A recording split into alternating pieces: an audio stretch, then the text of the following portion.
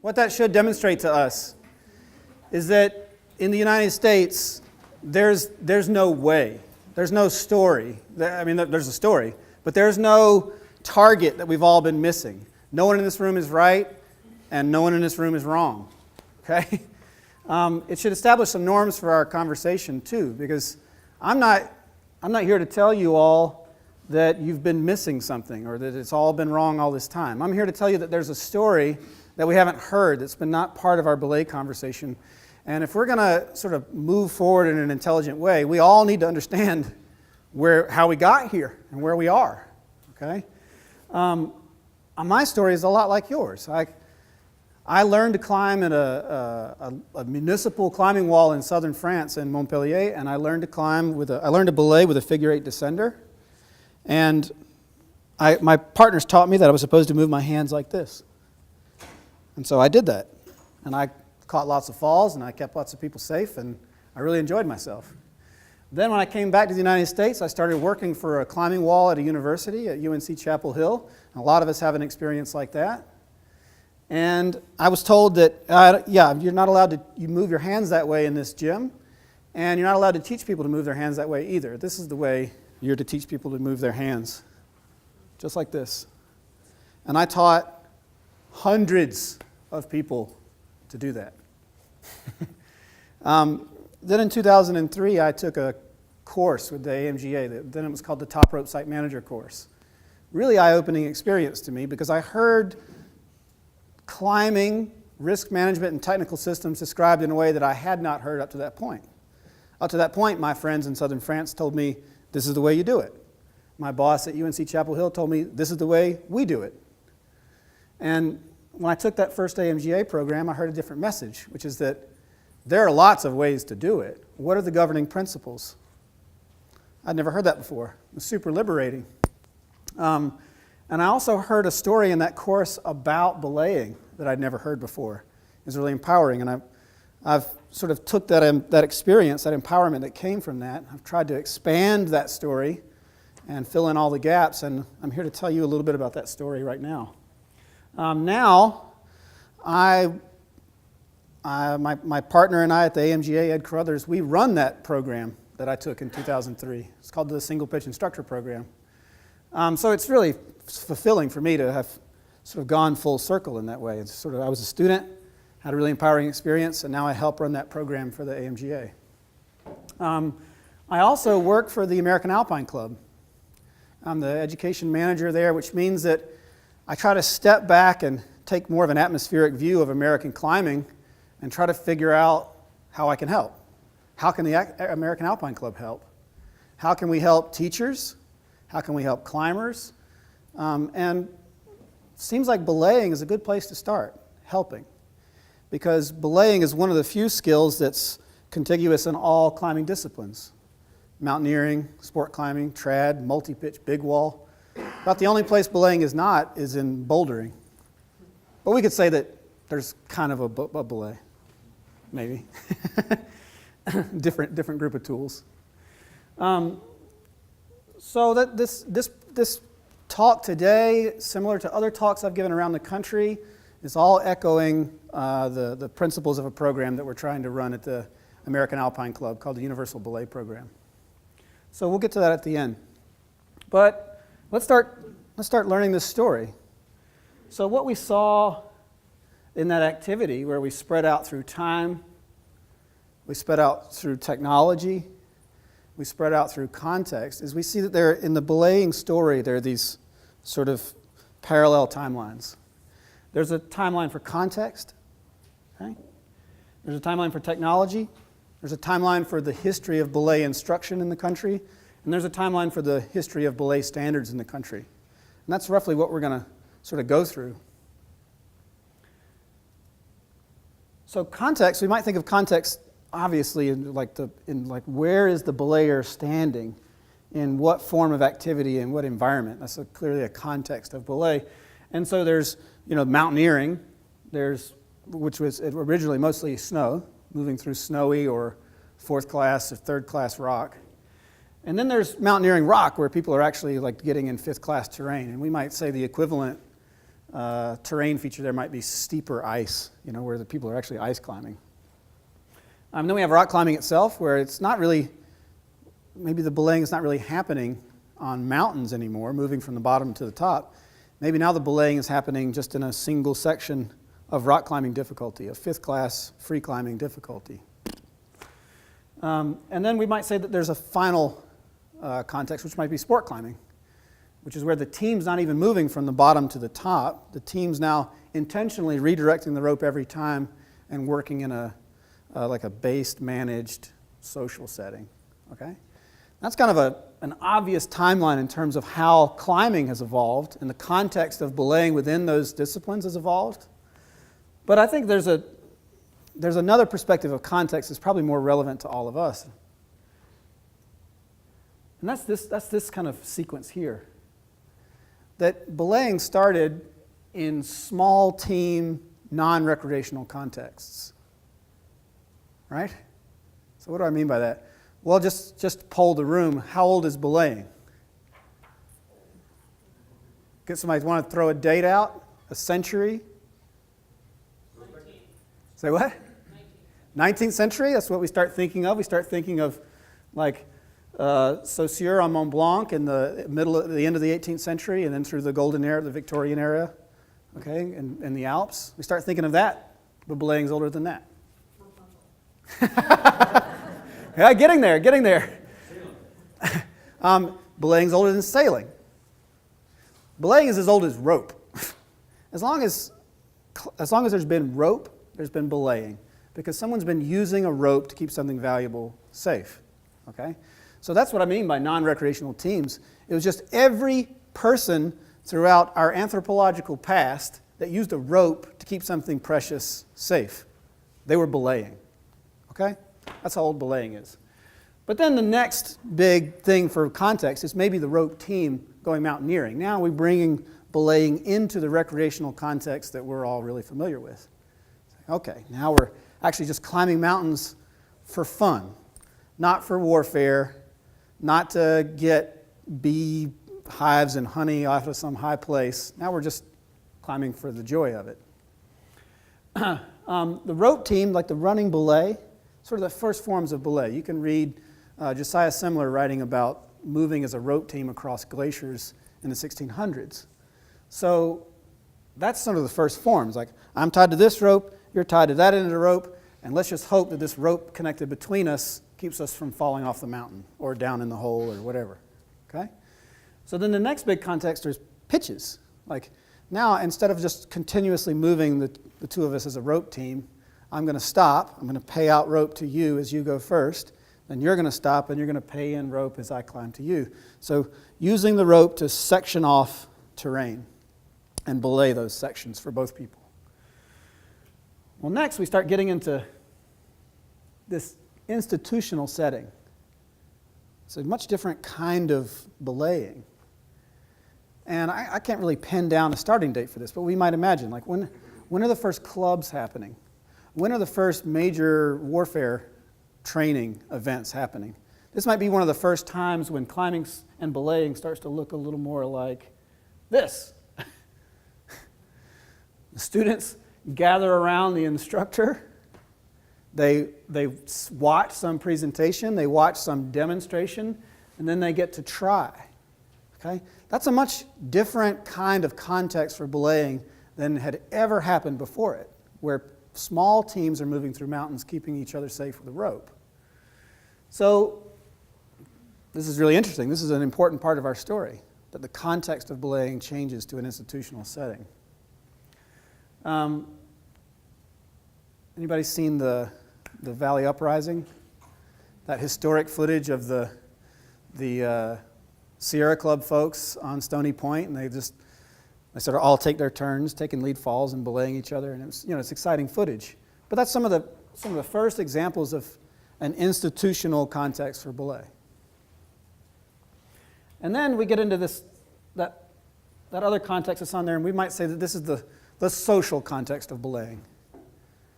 Think of a crowded night at the gym. Think of a crowded day at the crag. So this is different than the institutional setting, where like lots of people are watching an instructor and then taking facilitated turns. This is where there's just lots of independent teams all together, all belaying in independent teams. Okay? And this is a really new context for belaying. We haven't seen this context in this severity, I don't know, I would say earlier than the mid-'80s. I'm just guessing. So that's the context timeline.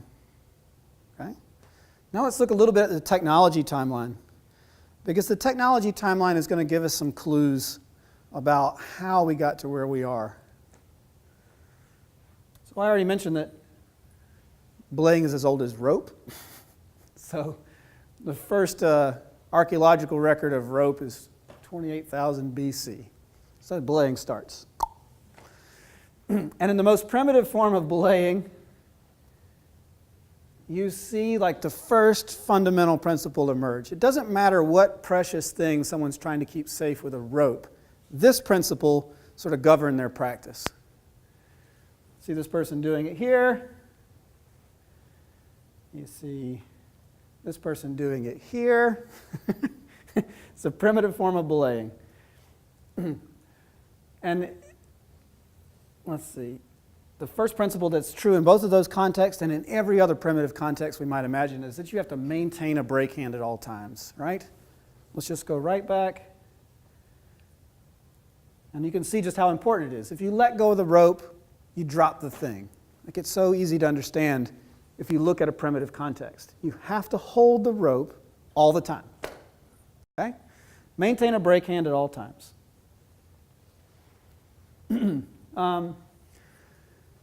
So it doesn't take climbers long to get hold of belaying and start applying it to their first mountaineering expeditions. And we see super primitive forms of belaying in early mountaineering. We see stuff like this. But for this gentleman's time and epic, like this is a pretty fundamentally sound form of belay. He's got his hand on the rope and he's not letting go. You might see a different version of it. Oh, look at this. Look at the form here. Really exceptional form. Keeping hand on the rope. Well, so what charts the story of belaying from this point forward is how technology sort of changes practice. What technology does. So anybody have an idea? What's the first major technological advance in belaying from this point forward? The body is doing the thing, but the thing is friction. Friction itself. The whole notion of friction changes belaying. It means that now my ability to arrest another body weight is not contingent on how hard I can squeeze the rope with my hands. Right? Now friction means that I can apply less force and have more holding power because friction is taking away some of that force. Okay? So we see in different contexts friction being used all the time. Like let's look at nautical applications, where in English we get this word belay from the belay pin. Okay? In English we say belay that order, which means stop doing the thing that I just told you to do. Like it's the stopping that we get that word from. But the belay pin is just a way to add friction to the rope system to stop the movement of the rope. Okay? If you wanted to tie the rope off altogether, you would just wrap the rope around that pin a bunch of times, or more and more pins. Those nautical belay pins. If look at this from an applied physics point of view, we can see that the more surface contact the rope is making with the thing, the less holding force that's required to hold a load. So that's friction, first big major technological innovation. So how are climbers using friction? Well, they get in terrain, and instead of just standing there holding, they just take this rope and wrap it around this big boulder, and now they're holding. Okay? So the body, of course, is more modular. The body can be moved from place to place, and you can position the body where the climbing team happens to be. So the body is also an interesting source of friction. Okay? So we kind of look at some photos. There's terrain belay. And that's a super old form of belaying. We still use it today. Just the rope wrapped around an object adds friction. Here's what it looks like on the body.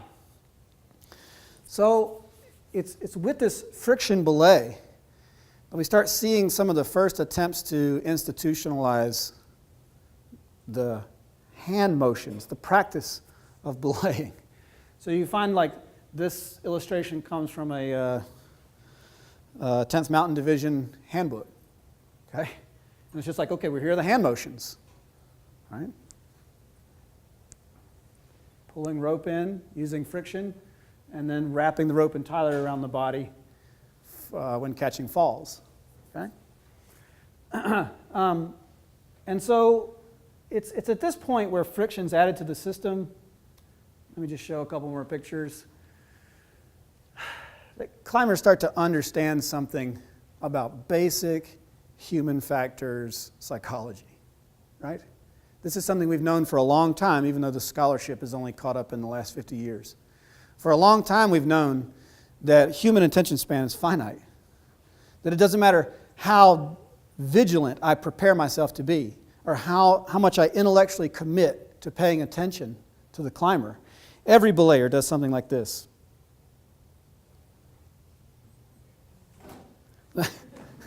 That's just part of every human's reality. None of us have a perfect attention span. We all have lapses in attention. So what that means is that when we're belaying, there's this time when we're moving rope because we have to bring in rope because the climber's climbing. And so to move rope, we need like low friction. Otherwise, we can't move the rope. But to catch falls, we need high friction. Meanwhile, we have a finite attention span. Meanwhile, the climber can fall at any time. So what happens if the climber falls when I'm not paying attention? I'm sorry? Yeah. I clue in pretty fast. So here's some more illustrations to get to my point. The most vulnerable point in the belay cycle is when the rope is moving, right? Because you have to take it out of that high friction position to move it. So what if the climber's falling right then? Let's look at this belay in action. I slowed the video down a bit, but let's just watch. We're just seeing sort of video of those slide-by-slide illustrations. There's the one hand pulling rope in, and the brake hand stays on the rope. It's just a video portrait of what we just saw.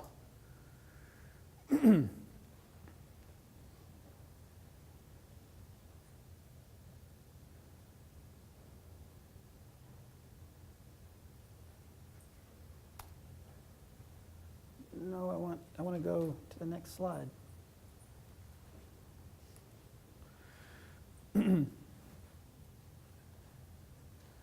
Okay. So what that belayer was doing in the snow, what all belayers learn to do is that since the climber can fall at any time, they learn to that they need to spend the majority of the time in a position of high friction in case the climber falls and they're not paying attention. Okay? So let's see. That emerges as the second fundamental principle of belaying. As soon as you add friction to the system, it's incontrovertible. Like we need the brake hand to be in a position of high friction when it slides on the rope. Okay? And you see in the hip belay context, that was always happening. That was always true. Like every time the hand was sliding on the rope was in the high friction position or the brake position. Okay? So now we've got two fundamental principles in belaying because of the timeline and technology up to this point. Brake hand never lets go of the rope, and any time the hand is sliding on the rope has to be in the brake position. Okay? So does anybody know what technology came next? We've got hand on the rope, friction, some new technology. No, before that. The carabiner. Carabiner is fairly new phenomenon. I mean, it's definitely newer than rope. Okay? So the carabiner. The carabiner means that now all of a sudden climbers carrying this little thing with a gate that opens and closes can apply rope hitches that nautical applications had long been accustomed to. So let's see, the Italians call the Munter hitch. They call it oh man, forgive me for my languages here. They call it a meso barcaiola. Barcaiolo. That's what the Italians call it. Everybody else in the world calls it Italian hitch, and the Italians call it the MB. The French call it a demi-capstan, which is essentially like a half a clove. The Germans call it the Halbmastruf, which means a half mast, half hitch. It's like half a clove hitch. The English always called it the Italian hitch, and that wasn't necessarily a compliment to the Italians. I want you to just appreciate the English sensibility there. That's more like the hitch the Italians use. And then the Americans call it Munter hitch. So we're some of the few people in the world that call it this. Does anybody know that story? Like why we call this hitch the Munter hitch? It's because an Austrian guide named Werner Munter came to the United States. It was one of the first times that American belayers had seen this hitch in action. And they didn't credit any of the original sources of the hitch or the original languages. They just said, it's Munter's hitch, the Munter hitch. Super funny.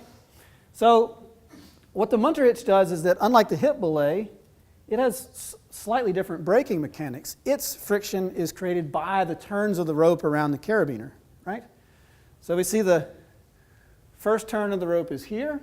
Well, the first turn of the rope is around the carabiner in the first place. The second turn of the rope is around the load strand, and the third turn of the rope is around the carabiner. And so the way to decrease friction is to take that rope out of that third turn. Adds less friction. The carabiners are popping up in like the beginning of the 20th century, but hip belays aren't completely overridden. They don't become obsolete. People are still hip belaying well into the middle of the 20th century. So why? Does anybody know? Does anybody reckon why? If this technology comes out in 1902, why didn't everybody start belaying with Munter hitch? Why did we keep using the hip belays? Does it have to do with the quality of the carabiner? It's not the quality of the carabiners, it's the quality of the rope. So the Munter hitch is an impressively good braking system. It applies tons of friction to the rope. So all kinds of people can use it. Children can use it, but the problem with it is that at the time it was too good for the ropes that they were using it on. It applied so much braking power it could break the rope, it could rip the protection out of the wall. So even though this was an amazing braking technology, it was pretty much reserved for direct belay applications, and it wasn't sort of a go-to tool in the institutional settings which eventually arrived. Still the hip belay was. And that's mostly due to a technological gap between a good braking tool with not a very good rope. But if a belayer had been using a Munter hitch in an institutional setting, let's just look at those two fundamental principles we have so far applied to this belaying technology. You see the subject's right hand is the brake hand, so that's never letting go of the rope. And we also see that the position of maximum friction is when the load strand and the brake strand are parallel. Remember that from the other photo? So then there's the hand only sliding when the rope is in the braking position, or in the position of maximum friction. Has anybody ever seen that belay technique before? Okay, great, good.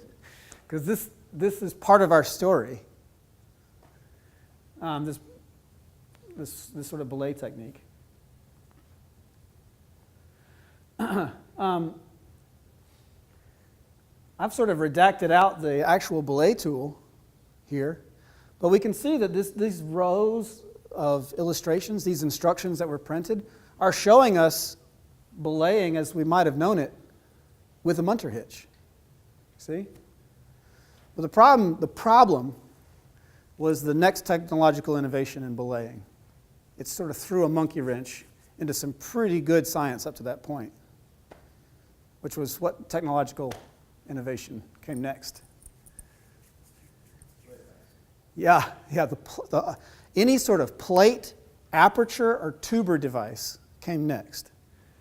So we might just pick on the stick plate, even though there were different versions of putting something in front of a carabiner. You can find all kinds of museum artifacts where people are just using a bit of chain link and just redirecting the rope through that ring. But the stick plate, what that did was it changed the braking mechanics. Okay? All different versions of these tools created essentially the same consequence. Whether it's the little REI plates, or the stick plate, or the Trango jaws, or the ATCs, they all had the same consequence, which is that they redirected the braking plane 180 degrees away from where it had traditionally been with hip belays and munter hitches. So let's look. As soon as you put something in front of the carabiner, the braking plane is redirected 180 degrees. There it is, in the completely opposite direction. So, with the innovation of this technology, this was the opportunity we missed as a culture to say, okay, cool, new tool, really awesome. Let's just pause for a minute and apply the principles that we know up to this point to this new tool. Okay, and we would have been on the same page starting in the late 40s.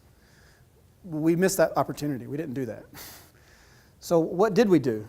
We just told people to continue belaying the same way they always had done with munter hitches and or hip belays. And so that's what slip, slap, slide comes from.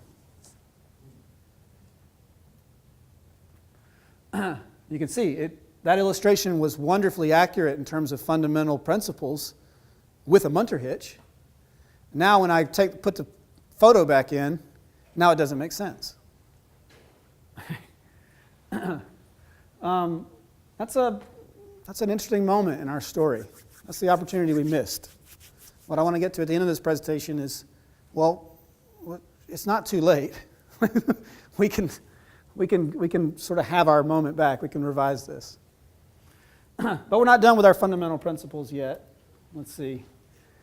I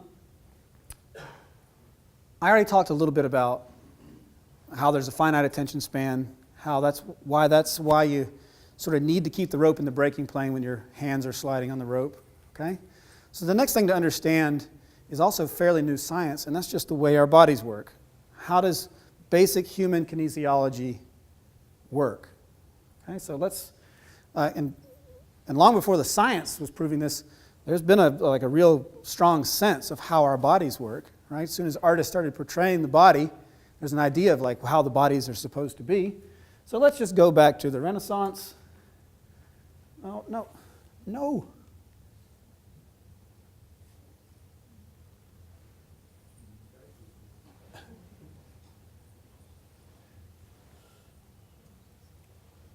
Okay, let's just go back to the Renaissance and we'll just see. There's Michelangelo's David. Ah, it's so majestic.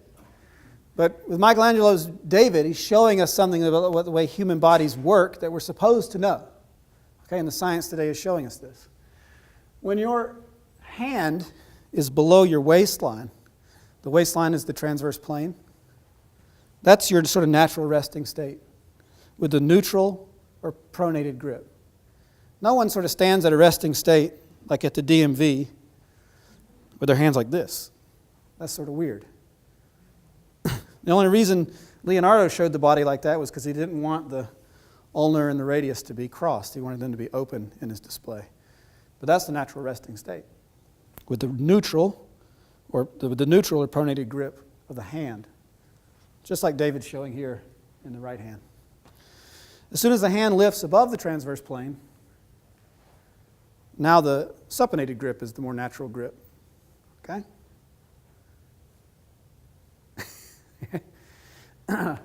Now the science shows us that if you add gripometers to people's hands in either of those positions, then you'll have superior grip strength. You can squeeze harder with the neutral or pronated grip beneath the transverse plane.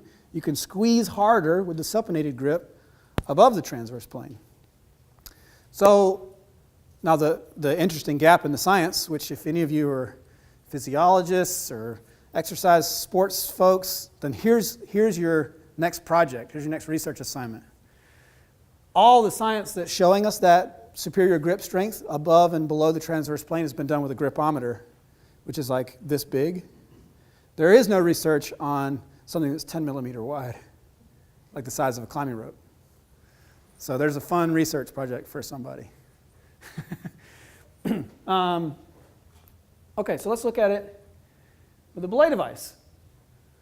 Belay devices, of course, always ask the hands to operate relative to the transverse plane because of the position of the belay device. Okay? So when the hand is beneath the transverse plane, here's the science at work. The neutral or pronated grip is stronger, it's superior, and it's the natural resting state of the hand. So if you were just hanging out, like that's the way you want your hand to be, neutral or pronated. Okay? So with the Munter hitch, or the hip belay, like the belayer was spending all their time with the hands above the transverse plane, so this supinated grip made a lot of sense. Okay? Modern belay tools redirect the braking plane, so the hands are spending the majority of their time, or at the very least, they're spending the braking portion of their time beneath the transverse plane, therefore in the pronated or neutral grip, ideally. There's how it looks. With that belayer, using that pronated grip. Okay? So, at this point, we kind of have a new fundamental principle, and that's that we should use our bodies according to their natural strength.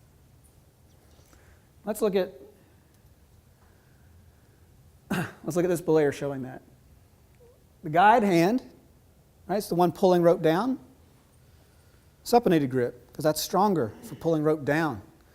But the brake hand is in the neutral or pronated grip, beneath the braking plane, beneath the transverse plane. And then in sequence, you can see the brake hand has to sort of come into this awkward position here, but it's going to spend the minority of its time in that position. It doesn't have to stay in this position, this unnatural position, very long. Most of the time spent in belaying is going to be spent beneath the transverse plane, and therefore that hand position makes a lot of sense. Okay? The hand moves down beneath the transverse plane for braking or for hand sliding, and then the cycle begins anew. Okay? Now if we look back at this portrait here, we can just see it, just intuitively. These hand positions don't make sense according to that third position, that third principle. Because the brake hand is not holding the rope according to its natural strength. It's using a supinated grip with hand transitions above the transverse plane, and that doesn't make sense according to the way our bodies work. Okay. Use your limbs according to their natural strength. Let's have something a little more lively than my voice. We've got a nice video here to sort of show us not only these principles in action relative to the techniques that preceded them, but also some other cool details on belaying. So let's tune into this for a second.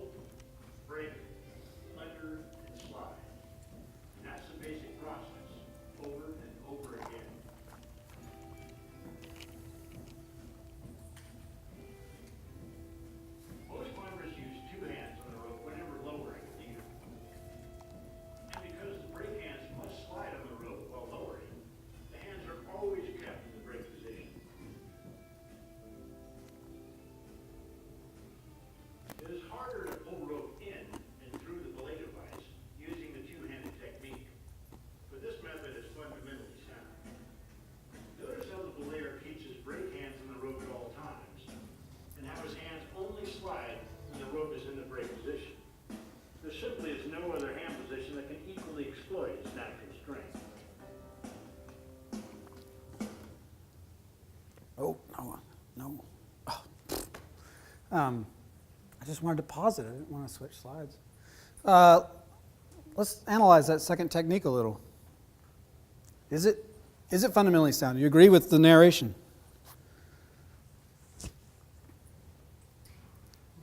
Does it abide by those three principles that I'm trying to really hammer? Yeah, it does. It clearly does.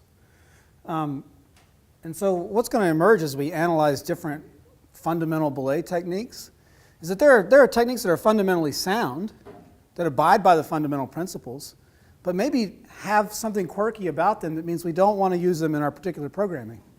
Okay? What do you think is the chink in the two-handed technique's armor? What's disadvantageous about it? Difficult for people who aren't strong.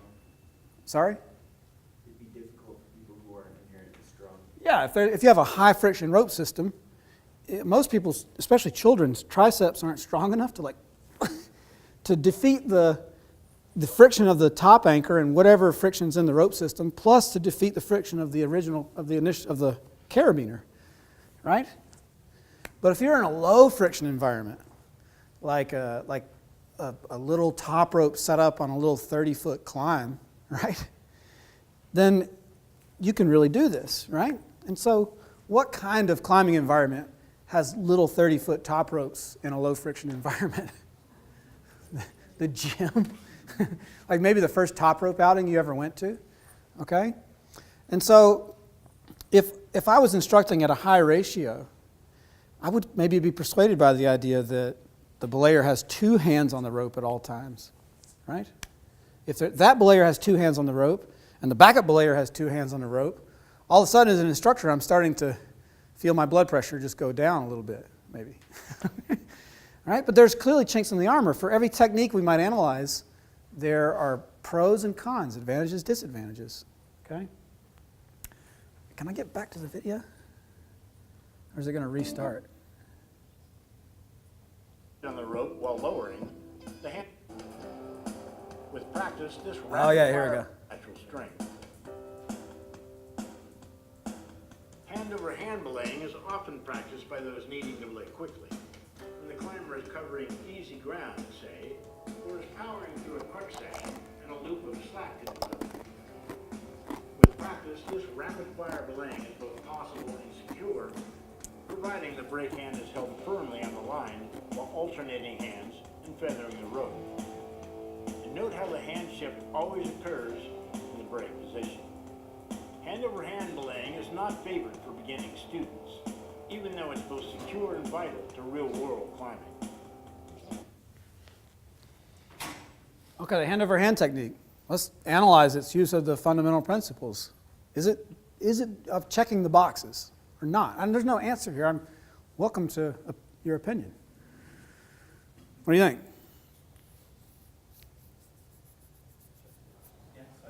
It's properly executed. Yeah, so there's like an asterisk here in principle number 1, right? Is it that you have to maintain a brake hand or the brake hand, right? Well, if you're one-handed, there's no question. It's the brake hand. But if you have two hands, well then what's important? The A brake hand stays on the rope or just one dedicated, never releasing hand, never lets go of that rope until the belay relationship is ended? I don't know. I don't think there's anything in our history in terms of the use of rope that tells us that you have to keep one hand clasped on the rope. It seems to me that all belayers throughout all time were using different brake hands. So I'm sort of willing to entertain this idea that it's a brake hand rather than the brake hand. What are the advantages of hand over hand? He sort of said it in the video, but If you got a guy that's going up the wall really quick, yeah. you can take out some rope. Yeah, I taught a clinic in Seattle, and Hans Florin was in attendance. And if anybody's can say definitively, like what belay technique moves rope through the belay system fastest, I think it's Hans, right? But he said yes, hand over hand belaying unequivocally moves rope through the belay system quicker, right? And we can just analyze it a little bit. It's like if I'm pull, break, under, slide, then I can only move this much rope at a time, right? Because this hand has to let go and pinch. And if I've gotten too much slack, then there's just this balloon of slack in front of my brake hand.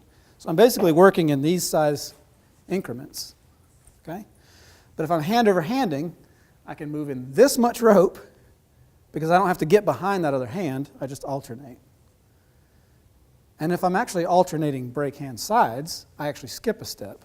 I pull, brake, pull, brake, pull, brake. See, I skip a step. So what are the disadvantages, though? Why should this, especially for those of us who work in an institutional setting, why should this make you nervous? Well, certainly if you're doing what Hans does and alternating the sides of your body, which you're braking, right? Well, then you're requiring this ambidexterity of the belayer, which is really, really difficult to learn. I mean, this isn't something I'm going to put on somebody's plate the first time they ever do this, right? So there's clearly that. And there's one more, and I think that's it. It can be educationally valuable to just say, the brake hand. Right now, young man, it's the brake hand, okay? When you've been belaying for a little bit longer and you're finding yourself in more diverse belay contexts, then we'll start to open this conversation up a little bit. But right now, it's the brake hand.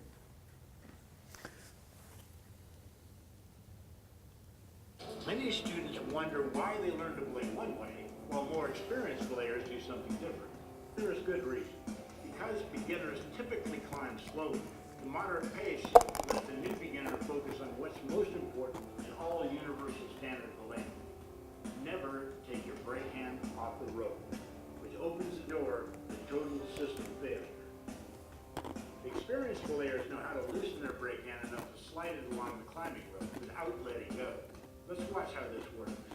Note how the brake hand never lets go of the rope, while clints loosely enough to slide or shuffle up and down.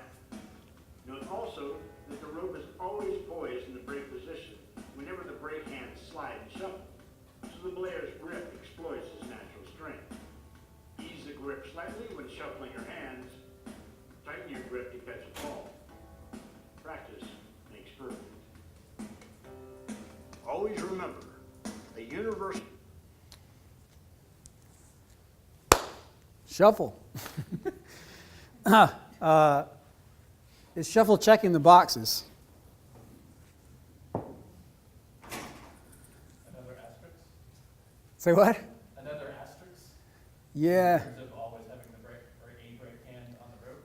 Yeah, I mean, Really on the rope? we start to get into some really nuanced qualifiers, right? Everybody pay attention to my braking strength, my brake hand.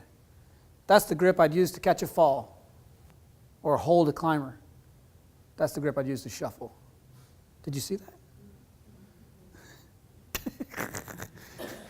Now, I know very clearly, as a belayer who's been belaying for a super long time, that there is a difference. There's a quantifiable difference.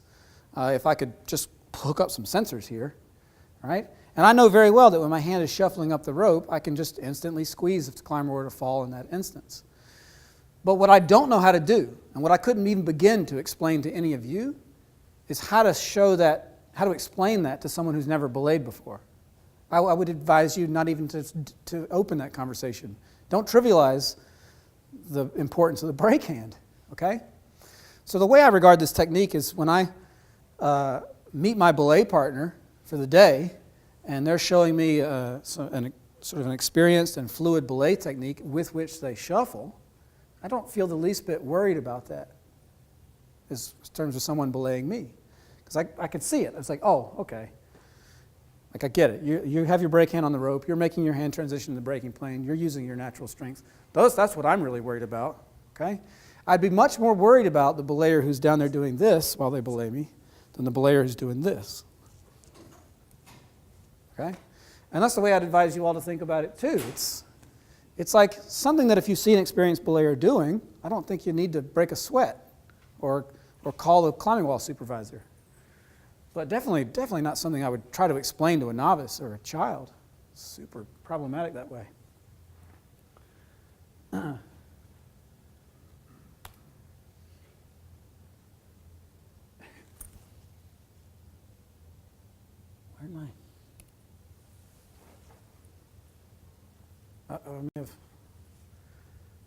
may have lost computer.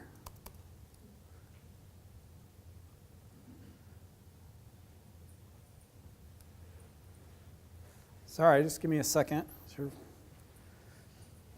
My asterisk is gone.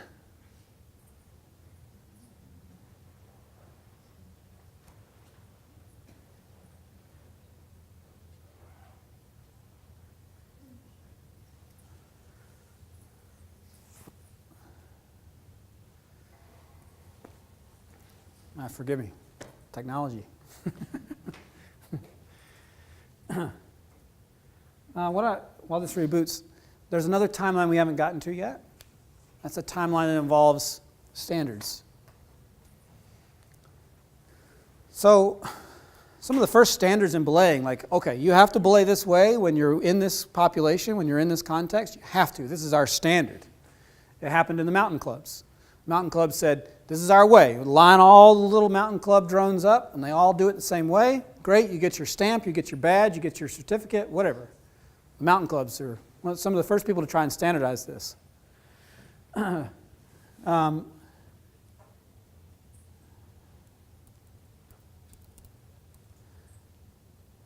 some of their attempts to standardize belaying are where some of these slides and images about where they come from. They come from the Sierra Club's omnibus on belaying, or from Mazama's handout on how you belay when you take the belay test.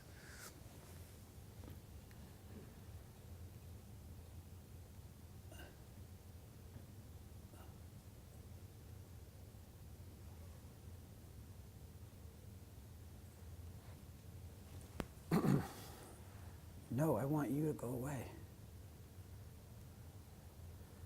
No, cancel. Where were we? We were right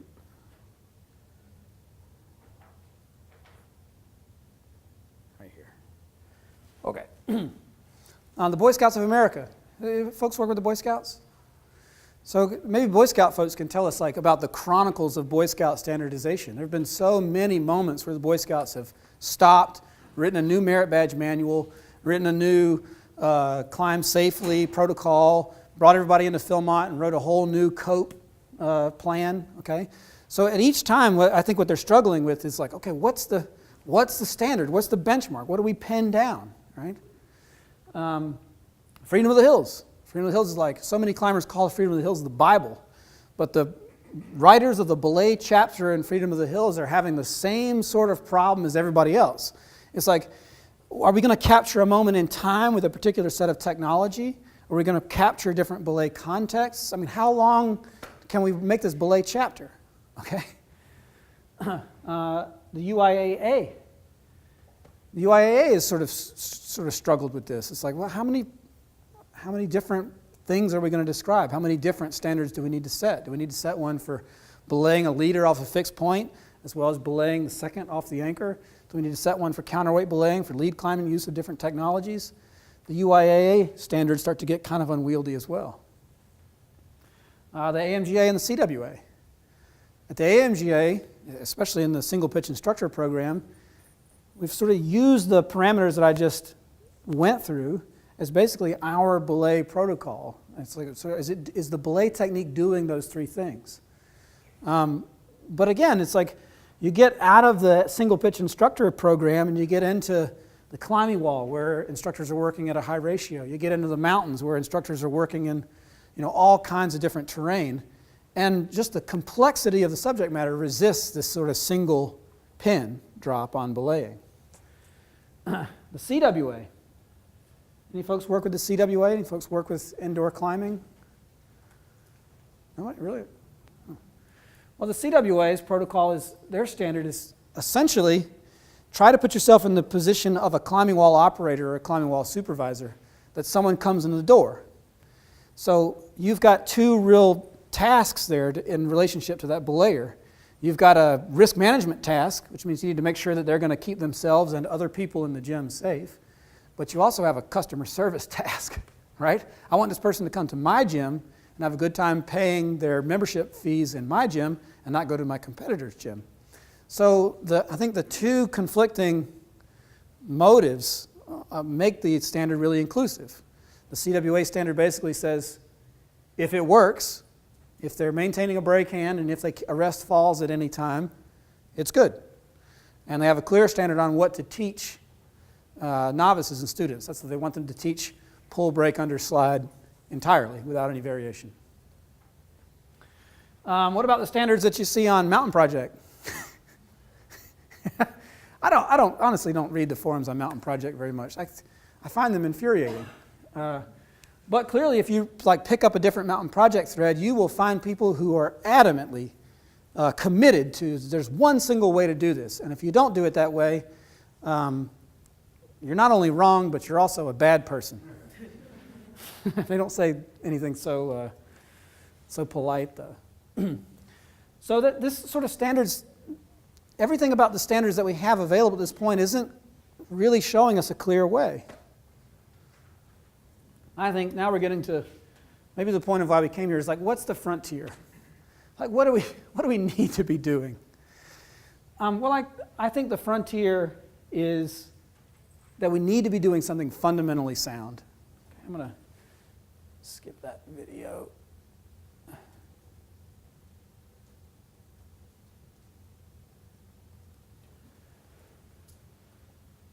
You need to do something fundamentally sound. That's just, hopefully at this point, that's just not disputed. Teach fundamentally sound belaying. Teach something that adheres to those three principles.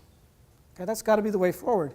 We can't sort of still be teaching this anymore. It's not fundamentally sound technique given the array of technology we have in front of the carabiners anymore. Okay? Even within those fundamentals, you have a different problem, and that's that you've got to decide what method you're going to teach. You got to decide what of the fundamentally sound options, which one am I going to teach? And that's really about who your student population is. Okay, are you teaching rope beginners? Okay, then maybe P-bus is just unequivocally the way to go, the way the CWA recommends. If you're teaching beginners, but you're a volunteer instructor and you find yourself working at a high ratio, well, then maybe this two-handed technique feels like the way to go because it's just because of the limited challenges of your instructional paradigm. If you're teaching a group of intermediates or staff or people who are coming to you as experienced belayers, well, that person needs to know how to move rope through the belay cycle quickly. I mean, why? Because it's pretty easy to understand that if you're programming on a 5-5 slab, at least one of those students is going to run up that thing. Okay? And lastly, you have to make choices about what you're going to tolerate. All right? The CWA standard suggests that tolerate it if it works. I think the frontier is tolerate it if it's fundamentally sound.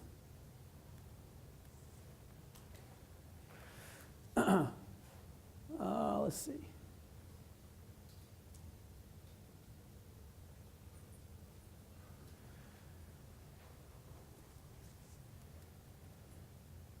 I guess I want to talk a little bit about the Universal Belay Program. But first, I feel like I've delivered a lot of content. And I just want to open it up to Q&A on things we've talked about so far. Yeah. Sure. It's the brake hand never lets go of the rope, or maintain a brake hand at all times. Anytime the hand is sliding on the rope should be in the brake position. And use your body according to its natural strength. I've tinkered. You wouldn't believe how much I've tried to wordsmith these principles, and it's number 2 that's so clunky. If you know a poet or something. Or maybe we can do this in Latin, and then it'll just seem so cerebral. I don't know. But I don't know. Number 2 is it's kind of a nuanced thing. It's like you need the hand to be sliding with the rope in the position of maximum friction. It's a mouthful. But those are the 3 principles.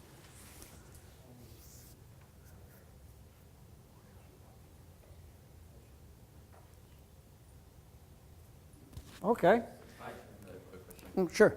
Do you think belaying is going to keep changing, or do you think we've reached a point where it's kind of I mean, sort of like vision questing into the future. Yeah, I think belaying will change, but it'll be because the ropes change. If you look at it, like we've had these belay instrument changes, but the rope is like really critical technological advance. So let's imagine a textile technology where you have a rope with the same dynamic properties as our current single rated ropes, but it's the size of dental floss. Huh. And durable. It's got to be durable too. It's got to be made of like Superman's hair or something. But if you had a rope of that diameter, I mean, how would that completely revolutionize what we know about belaying at this point? But since we're tending to work with ropes that are between 8.5 and 11 millimeter, no, these fundamental principles, we're working with roughly the same tool that we were 1,000 years ago. So no, I don't see things changing much.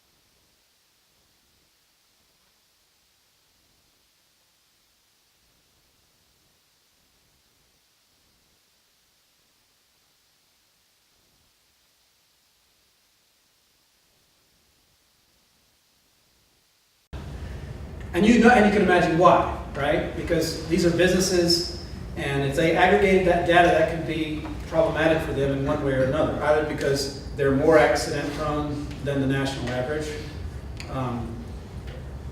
You could say it could be advantageous if they're less accident prone than the national average, then maybe they get discounts on their insurance. But that's why that data hasn't been aggregated. That's why that community has resisted bringing all that, collating all that data. Now outdoors, it's people just report accidents to the Alpine Club. There's no formal mechanism for it happening. Climbers just self-report when there's accidents. And so that's where our accident data comes from. But I don't know, this is just my personal instinct, just spending a lot of time in climbing gyms, is that I see a lot of people dropped because they don't have a strong hand position when they're lead belaying. That's the maximum force you could possibly be asked to catch, is catching a lead fall. And when they're trying to move rope in this position, the lead fall just ripped the rope out of their hands. I've seen that fall happen personally in my gym. So if I'm seeing this tiny little portrait of American indoor climbing and just extrapolate that, I gotta think that this is part of what's happening nationwide. Yeah. This may be beyond the scope of this class, but in the video they didn't get past the word climb, I don't think. And I think a lot of accidents happen on the lowering or descents. And then that ties in also to the nomenclature. There's a lot of loose language being used out here. So I'm curious on what you guys are teaching or what you recommend for, the transition from climbing to lowering. And, I think it might be worth mentioning the lowering techniques as well, which obviously are the same, but. Yeah, so a couple things. Communication. Yeah. When I first took this job, my boss told me what do we want to do with this belay program? I said, yeah, we want to find some standards, some things that we can all cling to. I said, okay, I have a few things in mind. I have 3 things in mind. He said, and we want everyone to say the same commands in the whole country. We just want to take a stand on this and have everybody in the country saying the same commands. And I'm like, because language is a super malleable and flexible thing, and even within certain standards, they're like, you start to ask, well, is it en belay or belay on? Can I say en belay, or do I have to say en belay, belay on? Do I have to reverse the order of the preposition, or can I just say en belay, en belay? En belay. Do I have to say the names?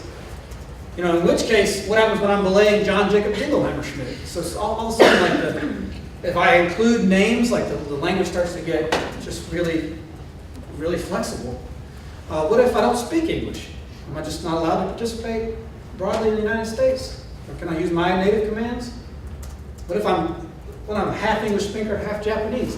You know, it starts to get really wacky really quick. So what I would advise is that you consider that there's certain value in uniformity within a given population, and that you make those commands uniform within that population. Realize that certain commands indicate sort of always action items, like I'm always going to be belayed, and I'm always going to be lowered, and I'm always going to climb. So those are like the always action items. But then there's kind of incidental commands too, like I may need slack. I may need you to take the rope tight because I want to rest, right? I may need you to pull up this loop of slack you've let develop in front of my feet, right? So those are kind of the two big sectors of communication you need to make uniform within your population. You have the always commands and the incidental commands. Now lowering, you mentioned, that was the second part of your question. Lowering should adhere to the fundamental principles just like everything else. So, brake hand always on, hand transitions in the braking plane, and use your body's natural strength. So don't all of a sudden start contorting your limbs when you're lowering in a way they don't naturally work. Right? I think it's also smart just in lowering to just, what's this other hand doing? Like I would say, it's just, well, why not just take this other hand and bring it right down here too? I don't think that's a fundamental principle, but why not? Well, you're using a gree-gree though sometimes, so this other hand now has to operate the handle on the gree-gree. There was another question. Yeah. That's a nice transition that I was going to ask you about auto locking belay devices. I mean, just off the top of my head, it doesn't seem like anything really changes, but It doesn't. Well, I think that the nomenclature the manufacturers are drifting towards now really help us figure out why this doesn't change any of our rules. They don't say hands-free. They don't say auto brake. They don't say auto anything anymore. They say assisted braking device.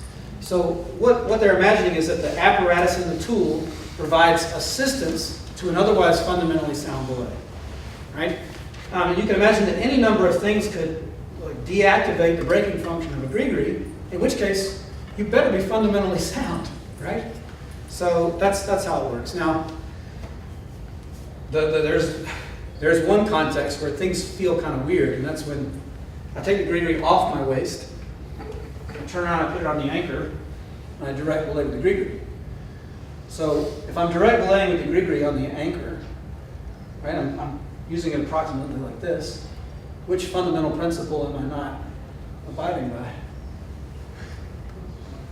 Your body in position of strength. Well, no, I'm at position of strength. Like this, I'm operating above my waist, so here are my hands relative to the gree-grees in a supinated grip. So that's appropriate in terms of the way I'm using my body. Now, my chiropractor would tell you I should maybe stand upright a little more and not this so much. But no, my body is pretty much ergonomic. That's not it. You're not the braking plane. Yeah, when I slide my hand, I'm not in doing so in the braking position, gree-gree. So that's definitely a chink in the armor in terms of gree-gree use in a direct belay situation.